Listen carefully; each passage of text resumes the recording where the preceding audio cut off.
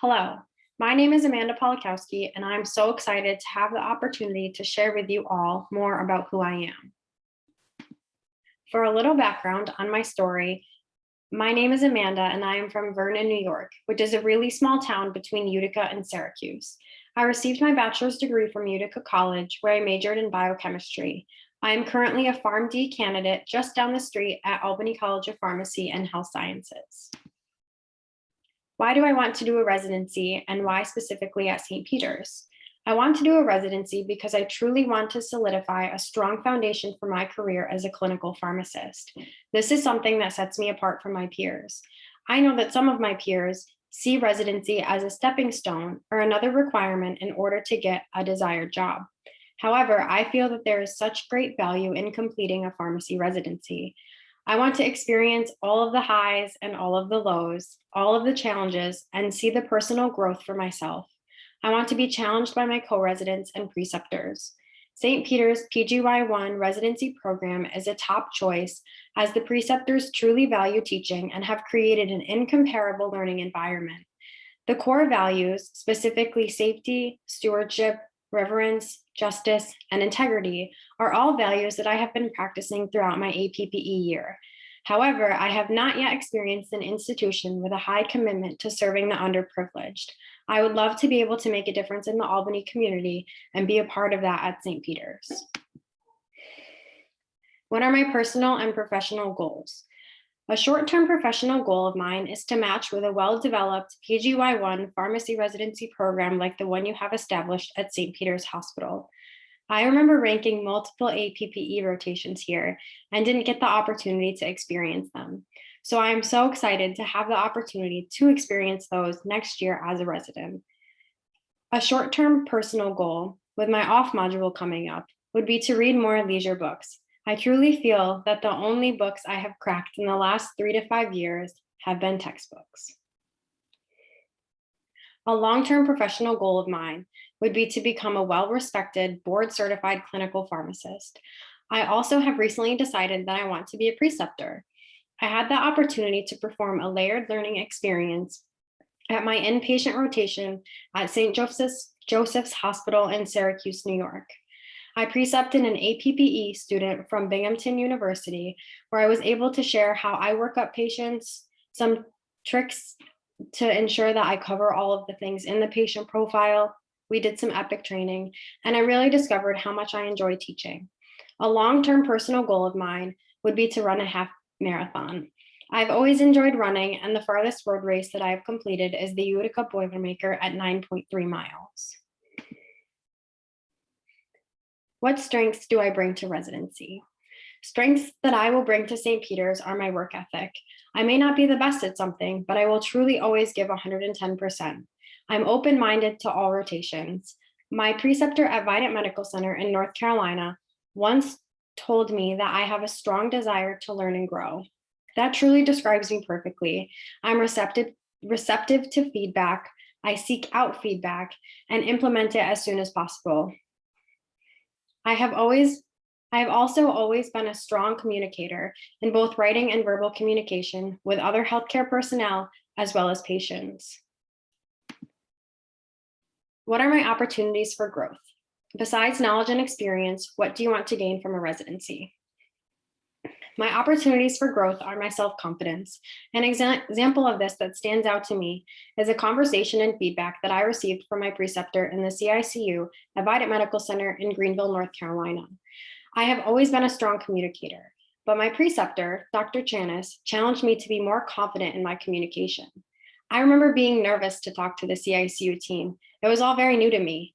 It was my first critical care rotation and my first inpatient rotation, and a new city and hospital all in one. But when I would present my patients to Dr. Chanis before rounds, I would confidently say, this patient's insulin dose needs to be increased to insert a specific dose as their blood sugar levels have remained in the 300s. Always proud, always confident in this setting.